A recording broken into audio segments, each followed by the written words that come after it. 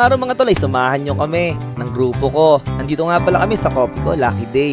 Suportang lakas na natural.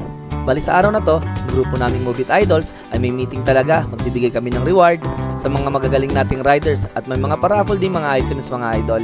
Ano pa nga ba, pumunta na rin kami dito sa Metro 10 Pasig. Libre nga pala yung entrance dito at maganda yung parking. Sa pagsali, kailangan mo lang pumila sa registration area nila mga idol. Tapos i-scan yung QR. Bibigyan ka na agad na itong ticket nila na meron 3 activities. Karamihan dito ay Move It. Ano pa nga ba, gumawa na tayo ng activity 1. Libreng kape, titikim ka lang. Sa panlasa ko ay creamy siya. Masarap, kaya nagustuhan ko. Medyo mahaba yung pila dito kaya nagantay tayo. Mukha lang madali ang mga games dito. Pero mahirap din pala. Kailangan ng focus at lakas sa mga games na to.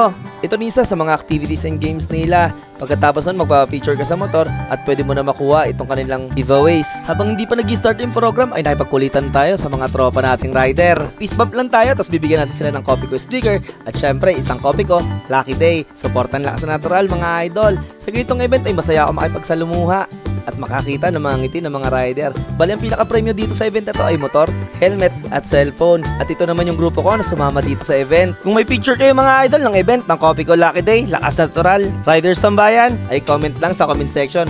Yun lang, ingat palagi sa kalsada. Bye-bye.